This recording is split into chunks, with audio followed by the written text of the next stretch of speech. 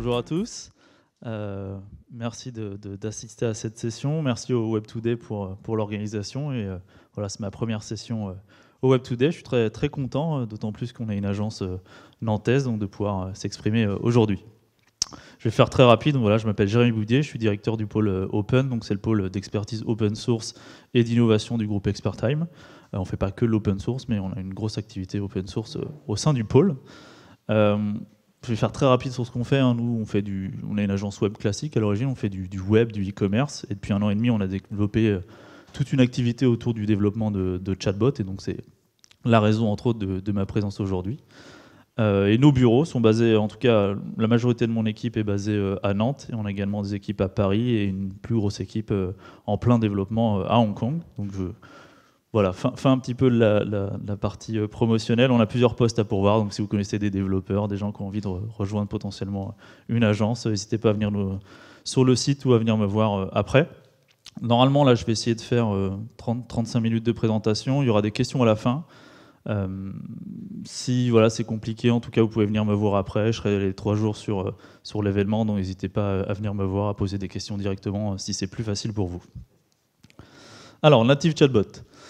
Le but d'aujourd'hui, je ne vais pas vous expliquer pourquoi il faut faire un chatbot. Il y a plein de sessions là-dessus qui vont vous expliquer en quoi c'est bien, en quoi c'est à la mode. Ils vont parler d'intelligence artificielle. Moi, ce n'est pas le but. Aujourd'hui, ce dont j'ai envie de vous parler, c'est comment on les crée, en fait. Parce que nous, c'est notre métier. Au final, on est des builders, comme on dit. Nous, on est des constructeurs, des développeurs de projets. Donc je vais essayer de vous faire voir un petit peu notre expertise là-dessus. En préambule, je vais vous parler juste en petit rappel, pas pour vous expliquer ce qu'est un chatbot, mais là où on trouve, nous, aujourd'hui, les chatbots et sur lesquels on œuvre. Donc c'est sur ces 3 types de plateformes. La première, donc, c'est les plateformes de messagerie. Aujourd'hui, le gros des chatbots est présent sur ces canaux-là. Donc les chatbots, vous en avez certainement essayé sur Facebook Messenger, sur Slack, sur Teams, sur Skype, sur WeChat, etc., etc. Donc c'est là aujourd'hui est le gros du marché. Comment toucher votre communauté facilement. Les chatbots sont souvent la bonne réponse et ces canaux permettent de le faire très rapidement. Depuis une bonne année, on a l'avènement des assistants vocaux, donc Google Home pour ne citer que lui, ou Amazon Echo, etc., etc. Donc c'est un autre canal sur lequel maintenant, voilà, vous avez via Google Assistant, vous pouvez interroger soit Google Assistant, qui est en soi un bot, mais surtout vous pouvez interroger d'autres bots serviciels, le bot de la SNCF, le bot de Sephora, etc., etc. Et enfin, on a les native chatbots. Native chatbot, en fait, c'est juste pour dire c'est des bots que vous implémentez dans vos applications natives. Donc, application native, c'est soit une application au téléphone, iOS, Android, mais c'est également vos sites internet, vos sites extranet, etc., etc. Et donc, c'est les chatbots sur mesure sur lesquels vous allez pouvoir maîtriser l'ensemble des composants. Donc, je vais venir juste après. Je vais d'abord reparler un peu par comparaison pour être sûr de bien introduire des plateformes de messagerie. Donc là, c'est une vue web de Facebook Messenger. Le gros avantage, c'est que quand on fait un bot sur Messenger, il y a des codes, l'utilisateur s'y retrouve, quel que soit le bot, quelle que soit la conversation, il retrouve ses éléments, il est familier avec ses boutons, ses menus. Par contre, on ne peut pas décider de changer le bleu de Facebook, on n'a pas la main là-dessus. On a un système de cartes, d'images, on n'a pas la main pour changer le format, la taille, on est limité en nombre de cartes, en nombre de boutons, etc. Et donc ça, rapidement, pour tout un tas de besoins, quand vous avez développé les chatbots, c'est une contrainte en fait. Nous, on aime la liberté dans tout un tas de projets. Ces contraintes-là nous amènent à penser à faire un chatbot natif, un chatbot sur mesure. Les autres problématiques qu'on peut rencontrer, donc je l'ai dit, la première c'est les interfaces, la limitation en termes de capacité. Donc c'est vrai pour Messenger, mais c'est vrai pour toutes les autres plateformes. Si vous faites du Teams, il y a des contraintes, du Skype, il y a des contraintes. Le deuxième point, alors vous avez tous entendu parler, je présume dernièrement, de l'affaire Cambridge Analytica, où ça a mis en fait en avant le problème de la maîtrise des données. Si mon chatbot communique sur Messenger, ça veut dire que même Facebook n'est pas capable d'assurer en fait comment sont exploitées les données, comment elles sont diffusées. Donc ça, pour tout un tas d'entreprises, parce que nous on fait du service, donc nos clients ont ces problématiques. Quid de mes données, elles passent dans Messenger. Est-ce que Messenger les écoute, est-ce qu'ils les aspirent, enfin qu'est-ce qu'ils en font, ça c'est assez anxiogène pour eux. Si on utilise Facebook, on est obligé d'accepter les conditions d'utilisation qui sont souvent mouvantes, changeantes, et on est obligé de les accepter un petit peu tacitement. Et puis on a l'exemple avec l'affaire Analytica où pendant 1 mois, la plateforme a été bloquée, on ne pouvait pas publier de nouveaux bots. Donc nous, Il se trouve qu'en plus, nous, 2 jours avant, on venait de publier un chatbot sur Messenger. Si c'était 2 jours après, on était obligé d'expliquer à notre client que son chatbot, on ne sait pas quand est-ce qu'on va pouvoir le publier. Il est prêt, mais Facebook ne nous autorise plus à publier des nouvelles applications. L'authentification, si vous faites un chatbot d'entreprise, il est assez rare que les décideurs ou que le SI disent c'est pas grave, tous les employés du groupe vont utiliser leur compte Facebook personnel pour accéder au bot via Messenger. C'est clairement pas envisageable dans tout un tas de cas. Et enfin, mon sujet préféré, la RGPD. Voilà, je ne vais pas m'étendre sur le sujet, mais si on utilise des services tiers, ça nous crée de la dépendance et ça crée de la complexité dans la mise en œuvre et pour essayer de respecter la RGPD, même si les grands acteurs se mettent tous en conformité. C'est pas une tribune contre les plateformes de messagerie, hein, mais au contraire, nous on en fait plein. C'est juste que avec toutes ces problématiques-là, souvent du coup, les plateformes de messagerie ne sont pas adaptées. Et c'est là où on arrive vers des chatbots natifs. Alors je vous préviens tout de suite, c'est pas de nous, mais c'est celui que vous connaissez sans doute le plus, le bot qui est très bien fait d'ailleurs de Oui SNCF, où là on a un chatbot natif, une interface sur mesure qui est adaptée au contenu, qui est intégré sur leur site web et qui nous permettent d'avoir une interface complètement personnalisée. Donc ça a de nombreux avantages dès qu'on va développer notre interface sur mesure. Donc on va avoir la main sur toute l'UX, sur toute l'UI. Donc selon le service que va proposer le bot, on va pouvoir faire une interface vraiment optimisée avec des boutons, avec des pop-ins, en fait, avec tout ce qui est nécessaire pour rendre le service, chose qui est impossible avec nos plateformes de messagerie qui sont limitées. On va baisser la dépendance et le risque. Alors je dis baisser et pas supprimer parce qu'on va le voir après. Pour faire ces chatbots natifs, on va quand même utiliser tout un tas de plateformes, on va se reposer dessus et donc on crée quand même un petit peu de dépendance. Mais on en a moins en misant tout sur un canal. On va maîtriser les données. Vu qu'on va être sur un système natif, on va pouvoir maîtriser ce qui est affiché et maîtriser ce qui est transmis aux outils de compréhension du langage. On va pouvoir filtrer entre ce qui est tapé par l'utilisateur et ce qui est envoyé aux outils de compréhension du langage. On va pouvoir filtrer la donnée, la data, s'il y a des données sensibles qu'on ne veut pas voir envoyées. On a vraiment la main dessus. Et puis surtout, le gros intérêt, c'est qu'on va pouvoir l'intégrer dans les systèmes existants. On va pas, si on a déjà une app mobile qui fait déjà le job, qui a tout un tas de fonctionnalités, on va pouvoir ajouter une brique conversationnelle à l'intérieur de notre app de manière transparente, avec la même UI, avec la même expérience utilisateur.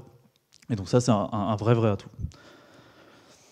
Voilà, ça c'était plus pour poser le concept de native chatbot, c'est pas un terme qu'on a inventé, ça s'appelle comme ça aujourd'hui. L'idée c'est qu'on fasse voir maintenant, nous, comment on fait, comment on en crée. Parce que c'est voilà, je vous ai présenté les 3 plateformes, on fait des bots sur les 3 plateformes. Et je vais vous faire voir comment on construit, en gros, un native chatbot. Et je vais essayer de l'émailler d'un use case pour vous faire voir un peu les différents livrables. Parce que nous, on est une agence, et du coup, le but du jeu, c'est de offrir une méthodologie à nos clients et leur faire voir des livrables projets pour suivre l'avancement et garantir un petit peu l'adéquation entre la demande et ce qu'on va développer. Bon, la méthode, elle commence par quelque chose d'assez basique, normalement, sur on va dire toute problématique ou tout sujet informatique. Normalement, on n'est pas censé partir de la techno, on est censé partir du besoin, quoi. Alors, c'est paraît un peu évident, mais des fois, il y a plein de projets où on veut la techno, on a choisi la techno, et après, on essaye de trouver un besoin. Non, en fait, si on fait un chatbot, on réfléchit avant tout à quel est le service, quel est le rôle du chatbot. Plus on va vouloir faire un sujet techno pour techno, moins le chatbot souvent aura d'intérêt et du coup l'expérience sera assez déceptive. Si on a un vrai besoin, un vrai sujet, on peut se concentrer. On évite de partir dans des sujets bot omniscient qui sait tout faire. Donc on essaye de se concentrer sur un service précis. On va mesurer déjà la faisabilité technique et essayer de calculer déjà le ROI. Est-ce que ça vaut le coup en termes de développement, en termes de coût de projet, de faire un chatbot? Est-ce qu'en fait, c'est pas plus efficace de faire une interface classique ou autre sujet? Et ensuite, on va choisir, en fonction de notre cible utilisateur, le canal. Donc voilà, ça peut être toutes les plateformes de messagerie qu'on a citées, mais dans d'autres cas, c'est pas forcément adapté. Donc dans l'exemple que je vais vous citer, donc là, c'est le cas d'un projet qu'on a fait pour une multinationale française qui organise tous les ans en fait, sa convention sur l'île des Ambiers. Je vous laisserai aller voir qui sont les propriétaires de l'île, vous comprendrez assez vite qui est le client. L'usage, il est assez simple. Chaque année, ils essayent d'innover auprès d'un public qui sont plutôt des cadres dirigeants et essayer de les inspirer, de leur inspirer, on va dire, une nouvelle énergie. Et donc l'idée, c'était remplacer l'app et le site web par un chatbot. Donc l'idée première, c'était d'innover. Le deuxième, c'était de faciliter du coup l'accès à l'information. Donc on le voit après, la cible, c'est des participants. Donc il y en a 1500 qui sont invités. et ils ont 80 nationalités différentes. Donc on a des gens de cultures différentes qui s'expriment différemment, qui sont souvent débarqués la veille ou le jour même qui arrivent en France. Et puis on leur dit, voilà, faut aller sur l'île des Ambiers. Souvent c'est leur assistante de gestion qui leur a organisé le voyage, on leur a donné un guide et tout, ils sont un peu paumés. Donc voilà, comment les aider, améliorer leur séjour, leur faciliter l'accès à l'information, sans barrière de la langue. Et aussi décharger les équipes sur place. Bien sûr, sur place, il y a des gens qui les accueillent. Et donc, voilà, c'est pas forcément facile le contact humain. Et puis souvent, on a des questions avant d'être arrivé sur site. Là, il n'y a personne à côté de nous. Et donc, du coup, le chatbot aussi sert à ça. On voulait leur offrir un service avant l'événement, pendant l'événement et après l'événement aussi. Donc, la cible, j'en ai parlé, les 1500 participants. Et également les potentiels 18 000 salariés qui eux également doivent pouvoir se connecter donc, au site web de l'événement et aussi consommer le chatbot. Il n'y a pas de raison qu'on fasse un projet juste pour déjà des privilégiés qui vont passer une petite semaine sur une île dans le sud de la France. Faut aussi qu'ils puissent accéder justement à ce produit et qu'ils aussi soient sensibilisés au concept. Et donc les canaux, on est parti, c'est 1500 participants. Alors l'avantage, c'est que vu que c'est une grosse société, tout le monde a le même téléphone, donc ils ont tous des iPhones, donc on a pu décider qu'ils auraient tous leur application, parce qu'ils tiennent quand même beaucoup au fait d'avoir leur application et pas leur site mobile, donc leur application, qui en l'occurrence en plus a été développée avec un partenaire nantais qui s'appelle Biap, qui est partenaire aussi des Ambiers, donc on fait un peu la coquille, et dans lequel nous on est venu ensuite insérer le chatbot. Donc on va voir après. Donc, les canaux, donc c'est une app native iOS et le site web.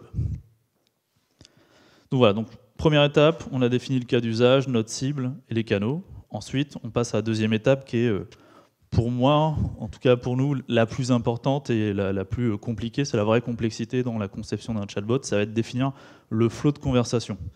Donc la définition du flot de conversation, ça permet de vraiment se pencher sur les services qu'on va rendre et sur l'expérience utilisateur.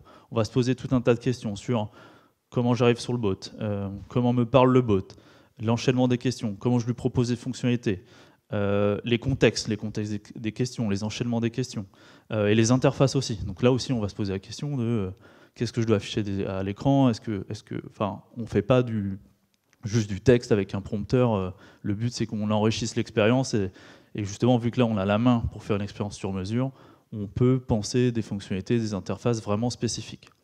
Après, bien sûr, même si on fait un chatbot natif, on va s'inspirer de ce que connaissent les gens. En fait, la vraie force aussi des chatbots, c'est qu'il n'y a pas à apprendre l'interface, c'est une interface naturelle. Les gens tous les jours s'envoient des SMS, il y a des codes, il faut respecter ces codes, on ne va pas non plus tout casser. Donc on s'inspire fortement de ce qui existe, mais après on rajoute des surcouches.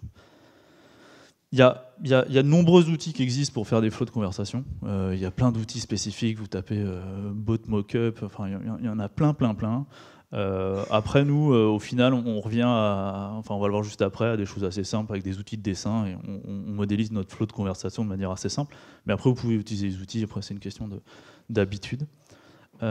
Et aussi, l'objectif à cette étape-là, quand on fait le flow, c'est pas de lister toutes les fonctionnalités, toutes les intentions, parce que sinon rapidement votre schéma il va être énorme et ça va ressembler à plus grand chose, ça va pas être très lisible. Il y a un autre livrable à côté où on va lister les fonctionnalités, les réponses qu'on veut apporter, mais c'est pas le but premier du flot de conversation. Donc ça c'est l'exemple pour ce projet, donc complètement illisible comme prévu, du flot de conversation. Alors, je vais faire des petits zooms mais qui présentent bien un petit peu, un peu la profondeur de bande de tout ce qu'on va devoir penser. En termes de livrables, et c'est pour ça aussi après qu'il y a des outils, ça vous permet de naviguer, de cliquer dedans, d'ouvrir, de dérouler. Donc je vais faire quelques petits zooms. Donc sur la partie première, le but du flow, le premier, ça va être déjà de définir les moments d'utilisation. Mon chatbot, l'avantage c'est qu'il peut reconnaître les moments d'utilisation. Est-ce que c'est la première fois que je me connecte ? Est-ce que c'est la deuxième fois, la troisième fois que je me connecte ? Il ne va pas me dire à chaque fois « Bonjour, je suis le chatbot » et se représenter à chaque fois. Quand vous rencontrez quelqu'un dans la rue, il ne fait pas tout son CV à chaque fois que vous le rencontrez. À la deuxième fois, il vous reconnaît et il ne vous parle pas de la même manière. Donc ça, c'est important déjà de commencer à le modéliser, à réfléchir à ça. À réfléchir aussi, si j'en sais rien, pour X raison, à un moment donné, dans la conversation, il relance, il nous redit bonjour, comment redémarrer le bot, comment resetter le bot, ça c'est important. Et puis on le voit déjà, on va très vite lui proposer des interfaces pour qu'il n'y ait pas le syndrome de la page vide. On arrive, il y a un prompteur, qu'est-ce que je fais avec ce bot ? En fait, j'ai pas de menu, j'ai pas de bouton. Donc rapidement, on arrive et on va lui proposer des choix, des fonctionnalités. En fait, ces briques sont des cartes sur Messenger, par exemple, si vous connaissez Messenger. Et là, on va lui proposer un peu le menu. En fait, voici ce que je suis capable de faire. Donc soit tu me parles de manière naturelle, pose-moi une question, mais tu peux également utiliser la navigation. Donc là, on a l'agenda, la carte, les transports, les dîners, les meetings, les réunions, les outils. Voilà. Et après, dans chacune des branches, vous pouvez le voir, on est venu détailler les différentes fonctionnalités. Autre petit exemple, donc là c'est un petit zoom sur, vu qu'on est sur un projet événementiel sur une île, une des principales considérations c'est comment je vais sur l'île, comment je rentre, comment je sors, et c'était le ferry. Donc soit les gens, on a pensé, on va dire on a fait un non-choix entre bouton versus compréhension du langage, on propose les deux. Donc soit l'utilisateur a vu la brique transport et ensuite il choisit ferry shuttle, et là, il est guidé, on lui propose d'où est-ce que tu prends le ferry, de quel embarcadère, et on voit, voilà, selon la réponse, alors ça va directement lui proposer des horaires, ou alors lui demander donc, quelle est ta destination. Et on va venir modéliser également quelles vont être les actions qui vont lui permettre de dire le prochain ferry, ou le ferry de demain, ou ferry plus tôt, ferry plus tard. Tout ça, il faut le modéliser. Et donc c'est vraiment le but du flow de conversation. Et derrière aussi, c'est un livrable important, qu'on va inclure aussi dans nos spécifications, parce que derrière, il va y avoir, pour ce genre de fonctionnalité, des développements à faire avec vos équipes de développement. Donc bah voilà, il faut bien qu'on ait des livrables. Quand on a notre site web, on a des beaux wireframes. Là, il faut qu'on ait quelque chose de concret à valider avec notre client. Et donc c'est vraiment le rôle de ce document. Autre petit exemple, voilà, sur la partie pareil dîner, les gens veulent savoir, alors il y a différentes utilisations, ils veulent savoir qu'est-ce qu'on mange ce soir, qu'est-ce qu'on peut manger, mais également, moi, je suis en train de préparer mon voyage, j'aimerais savoir c'est quoi le dîner de dimanche soir, dans quel restaurant je vais pouvoir aller, savoir quel est le menu, en fait, moi je suis végétarien, ou voilà, je mange pas tel truc, telle allergie. Donc pouvoir lui proposer une navigation, pareil, soit guidée via du bouton, soit qui pose naturellement la question, qu'est-ce que je peux dîner lundi? Donc là, il arrivera directement au niveau de sa réponse. Par contre, s'il dit juste où est-ce qu'on dîne, bah, ça va lui demander quel jour tu veux dîner, et ensuite ça lui donne la réponse. Donc c'est vraiment toute la vertu de cette étape, et de modéliser voilà, les différentes interfaces, les différentes possibilités, les liens vers des sites web, etc. etc. Je ne vais pas détailler plus le flow, mais vous avez compris, j'espère, le fonctionnement. Et donc quand on se pose toutes ces questions autour du flow de conversation, là on se pose aussi beaucoup de questions sur le contenu, sur les réponses. Et donc il va être important de définir un peu une personnalité à notre bot. Alors, le but, c'est pas de le faire passer pour un humain. Au contraire, c'est justement de bien préciser que c'est un robot et du coup lui donner une identité pour que déjà ce soit facile de dire ah tiens, est-ce que tu es allé voir sur Oscar, si le nom de votre bot c'est Oscar, est-ce que tu as demandé à Oscar, pour déjà créer une espèce de lien entre vous et l'outil. Mais on explicite clairement le fait que c'est un robot, ce n'est pas un humain, et qu'effectivement il a un service, un rôle bien défini. Et donc on va se poser la question du nom, de l'avatar, c'est bien de lui trouver un petit logo, surtout si derrière vous faites une com, là en l'occurrence il y avait une com bien sûr, avant, pendant l'événement. Une petite histoire, qui est ton papa, d'où tu viens, qui t'a créé, enfin voilà, pour qu'il ait un petit peu de profondeur de banc, si les gens lui posent la question en fait, qui est ton créateur, etc. Et puis un ton, j'ai envie de dire c'est presque la partie la plus importante, de se dire comment le bot va me parler en fait. Est-ce qu'il va me tutoyer, est-ce qu'il va me vouvoyer, est-ce qu'il va faire des blagues, est-ce qu'il va être caustique. Ça c'est hyper important. Et après, c'est ça, une fois que c'est défini, toutes les réponses vont devoir être en adéquation avec justement cette identité que vous lui aurez créée. Donc dans le cadre du projet, c'était assez classique. Ils avaient peur un peu qu'il y ait une confusion justement entre bot humain, donc on a quelque chose qui ressemble très fortement entre guillemets à un robot, un peu le cliché du robot. Bon, la couleur c'est lié au client. Et puis un petit nom, il s'appelle Léa, parce que bon, c'était facile en plusieurs langues, ça marchait bien. Et puis ça voulait dire les ambiers assistants. Donc bon, voilà.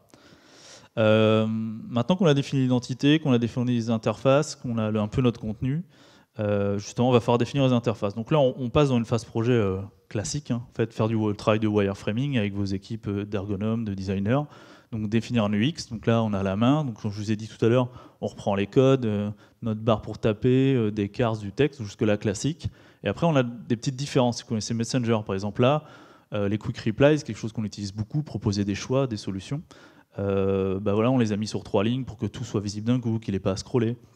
On propose des WebView intégrés, on ouvre pas mal aussi le site web en parallèle. Le but c'est que tout le contenu soit pas accessible forcément via du texte, mais il y a des choses, c'est plus intéressant de lui ouvrir une vue mobile du site avec la possibilité de consulter l'agenda. Le menu, on voulait aussi leur donner tous les codes d'une app classique, et donc on ouvre un menu, on va dire, plus classique, avec des grandes icônes et pas juste une petite barre de texte comme sur Messenger dans les persistantes menus, etc., etc. Des cartes spécifiques pour les horaires de ferry, voilà. Je vais traduire cette partie parce que c'est assez classique, et puis, pardon, Le petit travail après, bien sûr, d'UI, voilà, faire une interface. Donc là, ça transpire un peu la mer, hein, parce que c'était un peu le thème. Hein, ils sont sur une île, le but c'est de les dépayser. Donc on a des bateaux partout, du bleu, et donc on voit bien voilà, les codes. Enfin, c'est un peu la retranscription en termes de maquette de ce que je vous ai fait voir juste avant. Donc voilà, pour avoir quand même quelque chose de léché, une interface vraiment complètement intégrée avec la charte de l'événement. Et puis après, l'avantage, c'est que vu qu'on maîtrise toute l'interface, on fait quelque chose de responsive et qui est intégré de cette même manière sur le site web. Et on retrouve les mêmes codes. Donc là, ça ressemble pas mal à, entre guillemets, à WSNCF, parce qu'en fait, on reprend tous un peu les mêmes codes pour les utilisateurs avec notre prompt, et on retrouve les éléments qu'on avait plus haut. Les petites différences qu'on peut avoir, c'est qu'il y a certains comportements qui sont spécifiques. Par exemple, sur mobile, en général, on évite tout ce qui est fenêtre modale ou pop-in. Donc ça, on avait plutôt l'ouverture de WebView à l'intérieur de l'application, alors que sur la version PC, on n'allait pas mettre une pop-in, on ouvrait directement le site. Par exemple, si c'était un lien vers Google Maps pour savoir où était l'embarcadère ou pour savoir où étaient les toilettes, une question quand même très récurrente, on lui ouvrait directement un onglet Google Maps sans avoir à l'intégrer directement dans la conversation. Prochaine étape, on a défini du coup l'UX, le contenu. C'est enfin l'étape sur laquelle on va se poser pour choisir la technologie. Donc c'est qu'à ce moment-là, nous, qu'on choisit la technologie. Donc on l'a choisi en fonction de tout ce qu'on a défini avant, l'UX, l'UI, la technique qu'on veut développer. Et puis on va le faire aussi en fonction des contraintes clients. Parce que la vraie vie, elle est là, il y a le monde idéal, et puis dans chaque client a un écosystème technique, des contraintes, des choix qui sont parfois arbitraires, des fois complètement raisonnés. En tout cas, nous, on doit un peu s'intégrer là-dedans. Si j'ai un environnement full Microsoft, il se peut que mon client ait envie qu'en fait on s'intègre un peu dans son SI, il n'a pas envie de faire des nouvelles souscriptions un petit peu partout, donc ça va potentiellement aussi influer sur notre choix. Mais en tout cas, on essaye normalement de faire le choix le plus adapté à tout ce qu'on aura pensé en termes de besoins. Donc ça, c'est un petit exemple d'architecture qui est assez classique, c'est pas forcément celle du projet. Donc on a notre utilisateur qui va interfacer du coup le chatbot sur deux types de devices, donc comme on l'a dit tout à l'heure, une application et sur mon site web. Ces deux devices vont inclure une web chat. Donc web chat, c'est toute l'interface qu'on a vue avant, les boutons, les bulles, la barre de texte. Donc ça, c'est vraiment l'interface. Et après, le message transite et va dans notre bot. Donc le bot, là c'est un exemple avec Bot Framework de Microsoft. C'est là que je vais avoir un peu ma garde de routage, les connecteurs aux différents outils, et qui ensuite va envoyer mon message ou non à, par exemple, Dialogflow, donc on va le voir après, un outil de compréhension du langage, qui lui va détecter du coup quelle intention, de quoi on parle. Le message revient dans notre bot, et là, soit on enrichit la réponse en faisant appel à des web services pour aller chercher la météo, les horaires de ferry, parce qu'il va de ça que tout ça, on ne l'aura pas stocké en dur, et ensuite, le message retransite pour revenir à l'utilisateur. Donc ça, c'est le schéma un peu classique d'architecture où on a des briques un petit peu modulaires, et selon les projets, en fait, on peut les faire évoluer en fonction de toutes les contraintes que je citais. Je fais un petit aparté sur les outils de compréhension du langage. Je ne suis pas là pour vous dire utiliser tel outil, il y en a plein. Ils sont tous différents, ils ont tous une brique en commune, il y en a un qui gère les réponses, il y en a un qui s'installe plus on-premise, il y a des choses qui sont open source, il y a des choses qui c'est plus du SaaS, à souscription, à l'abonnement. Enfin, là, c'est vrai qu'au début, c'est un petit peu perturbant, tellement il y a de choix de faire le bon choix. Bon voilà, nous on a testé pas mal, on a nos petits préférés. Mais une fois de plus, le projet, par exemple là le projet on l'a fait avec Dialogflow, mais on aurait pu le faire avec Louis ou avec Podfuel, ça aurait fonctionné aussi en fait. C'est aussi une histoire d'habitude. Ce qui peut influer sur le choix aussi des fois, c'est la langue. On a beaucoup de ces outils d'NPL qui sont quand même très anglo-saxons, donc ils comprennent très bien l'anglais, détection d'intention, les fautes d'orthographe, etc. Ils sont très forts là-dessus. Dès qu'on va être sur un bot franco-français, voilà, par exemple Ricas.ai fait par des Français, ils sont, je pense, meilleurs là-dessus. Mais une fois de plus, c'est hyper dur à jauger, c'est dur à tester, il faudrait faire vraiment des batteries de tests. On ne s'est pas vraiment lancé, nous, là-dessus aujourd'hui. On n'a pas eu vraiment de problème. En tout cas, c'est une des vraies difficultés. Et pour juste rappeler, pour ceux qui ne comprennent pas, enfin, le bot du NPL, en fait, c'est détecter les intentions. Donc là, j'ai un écran du bot. Donc voilà, quelqu'un dit quand est-ce qu'on peut manger, où est-ce qu'on mange. Donc là, le but de l'outil de compréhension de langage, c'est de détecter, ah bah tiens, il me parle de l'intention dinner. Ok, je suis dans un contexte, le dîner, et lui, il ne peut pas me donner la réponse du dîner si on ne lui donne pas le jour. Donc il me demande quel est le jour. On est donc là toujours la même intention qui est détectée, et surtout il va détecter une entité, le fait que Tuesday fasse partie des jours sur lesquels il y a un dîner. Et ensuite, nous, sur cette base-là, on peut faire une requête, un web service, à une base de données, restituer la réponse. Le bot nous dit merci, nouvelle intention détectée, on n'est pas du tout dans le dîner en fait, et là il nous répond tout simplement la réponse. Donc ça c'est vraiment la clé de toute façon de la conception de tous les bots, hein, c'est les outils de compréhension du langage qui font qu'aujourd'hui nous, simple agence web, on développe des bots en fait. Sans ces outils-là, nous on ne redéveloppe pas des outils de compréhension du langage, on ne fait que les utiliser, les exploiter, et c'est vraiment ça qui nous permet d'en faire aujourd'hui. Et ils évoluent tous les jours, donc même les outils là qu'on utilise, les interfaces, elles évoluent toutes les semaines, tous les mois, parce que les outils s'enrichissent, ils se font racheter. Donc le terrain est très très mouvant en ce moment. Tous les GAFA vont dessus, il y a plein de startups. Donc voilà, faites votre marché, faites-vous aussi votre propre avis sur ce qui est bien, ce qui est adapté à votre besoin et à vos contraintes. Et après, on va dérouler la suite du projet. Hein. Donc on a notre techno, donc on y va, on va aller créer nos intentions, donc toutes les fonctionnalités du projet. Donc là, pour le projet événementiel, bah voilà, alors c'est un petit extrait de toutes les intentions qu'on doit recréer, l'agenda, les gens qui cherchent les bars, je veux le contact, j'ai faim, le ferry, où est-ce qu'est mon hôtel, où sont les cartes, je me suis cassé la jambe, j'ai perdu mes clés. Donc tout ça, il faut le prévoir en fait, un petit peu tous les cas d'utilisation qu'il peut y avoir pour les participants, et derrière mettre des intentions en face et mettre tout ça dans l'outil de compréhension du langage. La vraie difficulté, donc là j'ai pris un fabuleux exemple qui est celui des toilettes. Comment penser, en fait, il faut penser un peu à tous les cas. C'est-à-dire qu'il va falloir essayer de se mettre à la place d'une personne qui va se dire, si elle cherche les toilettes, quelle est la manière dont elle va le dire. Et après, il faut essayer de penser aussi toutes les nationalités, toutes les manières de s'exprimer, les fautes d'orthographe, etc. Donc là, vous vous retrouvez à essayer de chercher toutes les manières dont on demande les toilettes, comment on peut chercher les toilettes. Et on va le voir après aussi, surtout, vous allez vous tromper. Donc même si vous êtes 10 autour de la table avec l'équipe projet, vous pensez que vous avez pensé à tous les cas de figure, en fait non, vous allez être surpris, les utilisateurs vont poser la question différemment, vous tournez différemment, et donc on va venir l'enrichir petit à petit. Dans tous les cas, il ne faut pas sous-estimer cette partie du travail, parce que c'est vraiment la base. Même si votre bot, quand vous allez le lancer, c'est un bébé, il faut quand même essayer de travailler à un début pour que ce ne soit pas non plus quelque chose de complètement idiot. Et je ne vais pas parler d'intelligence artificielle, parce que, bon, sujet mouvant sur le sujet, on va plutôt parler d'artifice d'intelligence, d'avoir un peu pensé à tous les cas. Donc ça, c'est important, et surtout les outils de compréhension du langage. Ok, il y a le machine learning, mais le machine learning, si vous lui mettez 3 exemples, il ne va rien se passer en fait. Il a besoin quand même d'un certain nombre de data pour faire des rapprochements automatiques, des recoupements. Il ne va pas le faire si vous lui donnez 3 exemples de comment je demande les toilettes. Il a besoin vraiment de beaucoup plus d'éléments.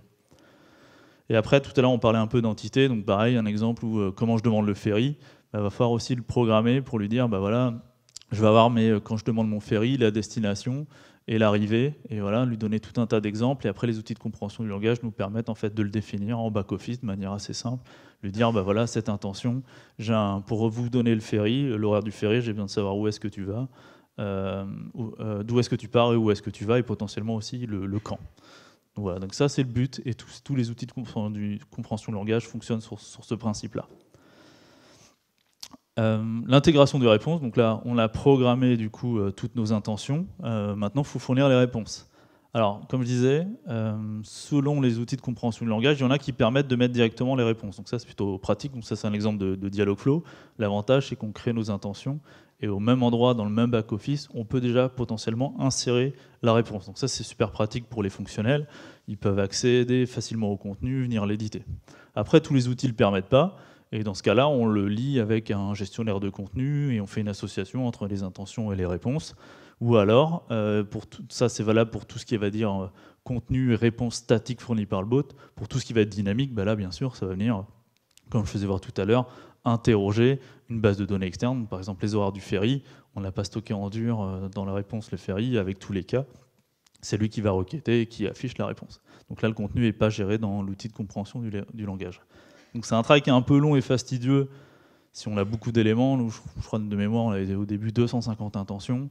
Ça va, c'est maîtrisable, mais plus votre bot, vous lui pensez des fonctionnalités, plus la base pour initialiser peut être un petit peu conséquente. Enfin, alors pas enfin, c'est là que démarre, on va dire, le vrai travail, ça va être de le tester.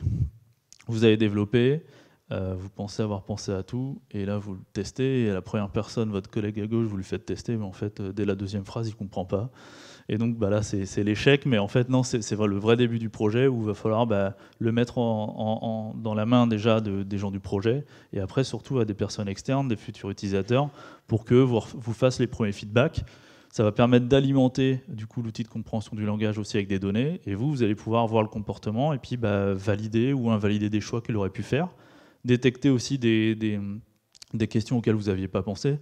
Par exemple, nous, dans les premiers tests, les gens disaient tiens, le dress code, en fait, on n'avait pas pensé en fait, au dress code, on n'avait pas prévu d'intention dress code. Paf, on l'a vu, on se l'est noté, on l'a ajouté. Et puis voilà, la fois d'après, la deuxième personne qui a posé la question sur le dress code, elle avait la réponse. Donc ça, c'est vraiment l'étape la plus importante. C'est comme un enfant, au début, il ne sait pas grand-chose, il fait des choix arbitraires, il faut l'orienter, lui dire oui, ça c'est bien, ça c'est pas bien, et puis aussi l'enrichir en données. Quelques leçons, conseils appris sur ces parties. Donc je disais tout à l'heure, je me répète, les 15 training phrases, donc le minimum quand on définit une intention, c'est vraiment 15 manières de poser la question, mais c'est vraiment le minimum.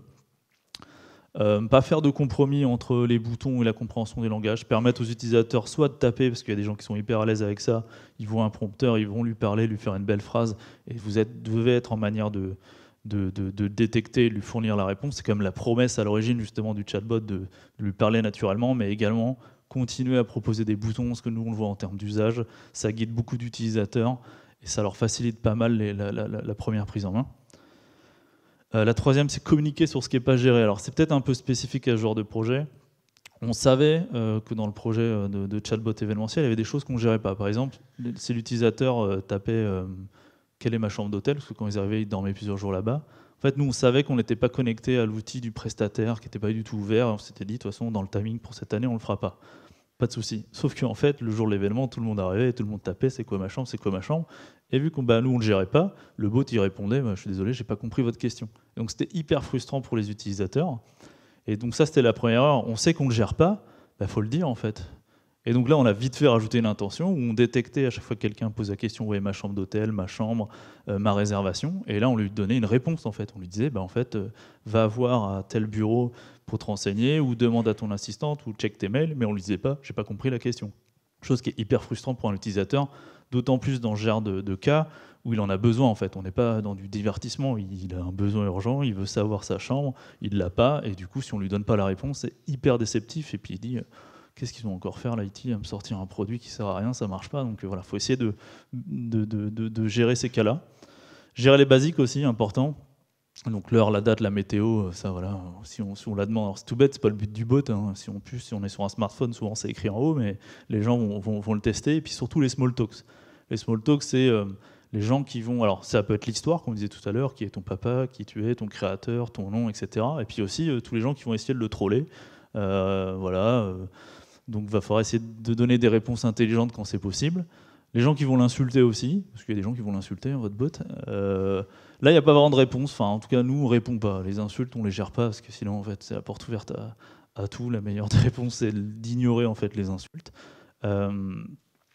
Et puis aussi du contenu qui va être lié à l'entreprise. Donc là, en l'occurrence, c'est une société qui a plein de marques. Donc quand on s'attendait que quand on tape le nom du dirigeant dans le bot, qu'on mette une réponse. Donc là, on affichait un petit gif du dirigeant. Quand les gens tapaient le nom d'une marque du groupe, on les envoyait vers le site web, qu'il ait un petit peu de profondeur de banc, en plus de sa fonctionnalité principale. Mais après, c'est un jeu dangereux parce que rapidement, on glisse à vouloir faire plein de trucs qui n'étaient pas prévus et on s'écarte un peu du scope original qui est chatbot événementiel, service bien défini. Et enfin, les deux derniers points, proposer le handover, donc, ou le contact support humain. Pareil, là on est dans du service, on ne peut pas laisser l'utilisateur qui va 3 fois poser sa question, lui dire j'ai pas compris, j'ai pas compris, j'ai pas compris. Non, si on détecte qu'on n'a pas compris une fois ou 2 fois la question, on lui propose des alternatives.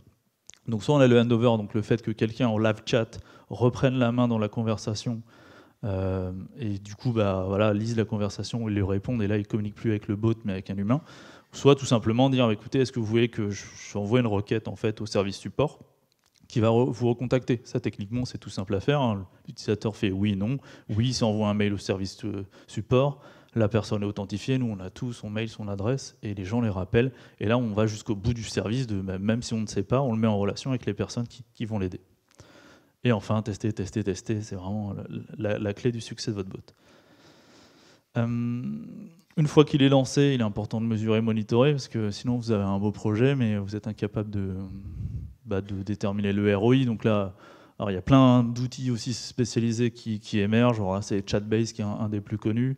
mais il y en a plein d'autres. En tout cas, le but, c'est de savoir quelles sont les intentions qui sont les plus utilisées, quand est-ce que les utilisateurs l'utilisent, à quel moment de la journée, potentiellement la population. Alors nous, en plus, on avait accès au nom de la personne, son service, son pays, son sexe, son âge, donc on peut faire tous les graphiques qu'on veut, hein, bien évidemment. Et puis surtout, le fait d'avoir la data, ça nous permet aussi, après l'événement aussi, de déterminer tout ce qu'on a mal géré, tout ce qu'on n'a pas bien géré, les questions auxquelles on a mal répondu. Même si on fait un live monitoring, et vu que là c'est un événement assez court, nous pendant l'événement on corrigeait, on rajoutait des intentions, on validait du coup des manières de poser des questions pour l'enrichir, et petit à petit, on va dire qu'en fait à la fin de notre événement, le bot était beaucoup plus intelligent qu'au début. Il aurait limite fallu recommencer l'événement, là on aurait eu plus de satisfaction. Mais en tout cas, là, ça c'est la clé. Alors, quand c'est pas un bot événementiel, l'avantage c'est que vous avez le temps de votre montée en puissance. Vous n'avez pas un rush et ensuite plus personne. Vous avez le temps petit à petit de l'améliorer, de l'améliorer. Donc ça, c'est hyper important. Au début, il faut le faire tous les jours. Et puis après, vous faites un comité toutes les semaines ou tous les mois pour rajouter des intentions, rajouter des fonctionnalités. Mais ça, c'est vraiment la clé. Parce qu'en fait, limite, la conclusion de ça, c'est une fois qu'on est arrivé là, en fait, on recommence. En fait. Le but, c'est de faire des cycles de projets courts et d'itérer, de rapidement livrer. On est vraiment sur des choses qui techniquement sont pas très lourdes, hein. Donc le but c'est d'aller vite, hein. C'est pas des projets de 6 mois, le but c'est de faire ça en 2 mois. Et puis voilà, on recommence, on l'améliore, on teste, on met sur le terrain, enfin voilà, comme sur tous les projets maintenant. Petit ROI du projet, donc là sur 4 jours, on a traité 30 000 messages environ. Un peu plus d'ailleurs. On a eu 96% de taux de réponse. Alors taux de réponse, ça ne veut pas dire que dans 4% des temps, le bot était HS. Hein, non, c'était dans 4% des questions. On n'avait pas la réponse. Et donc on lui disait, je suis désolé, j'ai pas compris ta phrase. Enfin, on n'avait pas d'intention en face. Ou alors on lui proposait de contacter le support. Donc c'est plutôt un très bon taux. Après, c'est un événement qu'on connaissait bien, avec un sujet très très précis. Et puis surtout aussi, on était tous les jours H24 quasiment les 2 premiers jours à rapidement rajouter des intentions. Si on ne l'avait pas fait, ça, l'améliorer au jour le jour, minute par minute, je pense qu'on était à moins de 80% de satisfaction parce qu'il y avait plein de choses dont on s'est rendu compte qu'une fois qu'on a lancé l'événement. Et puis le top des intentions, c'est toujours bien de savoir ce qui a le plus marché. Alors là, on n'avait pas vraiment de surprise, hein. Le ferry, hein, les gens ils voulaient toujours savoir quand est-ce qu'ils peuvent rentrer, parce que la plupart du temps, ils avaient un hôtel qui n'était pas sur l'île. Les transports en général, comment venir, comment partir, les taxis, les navettes, l'agenda, donc sur le contenu, bien sûr les soirées, les dîners, et puis tout ce qui est useful information. Donc là, on a eu plein de cas. Des gens qui cherchaient un fer à repasser, des gens qui avaient perdu leur montre, enfin voilà. Et ça va en aider. Le Wi-Fi, le truc tout bête, on ne sait jamais ce qu'est le code Wi-Fi. Les gens venaient du monde entier, ils n'avaient pas la data. Donc ça, c'était hyper important. Et enfin, pour conclure un peu de perspective, là, c'est le cas typique d'un client qui nous a dit, là, en fait, on a passé un point de non-retour. En fait, maintenant qu'on a permis à nos utilisateurs d'avoir ça, on a eu une grosse satisfaction. Et en plus des chiffres, on a pu mesurer en fait avec des sondages et aussi les gens sur le terrain qui nous ont dit que c'était vraiment top. Après, il y a toujours des gens qui vont trouver ça pas bien, mais l'ensemble, on trouvait ça bien.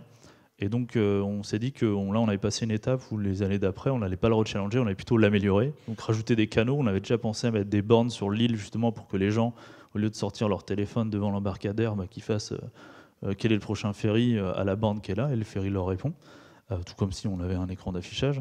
Le connecter à des bots de service, donc on a vu tout à l'heure que rapidement on veut lui faire plein d'autres choses qui sont éloignées de sa fonction d'origine.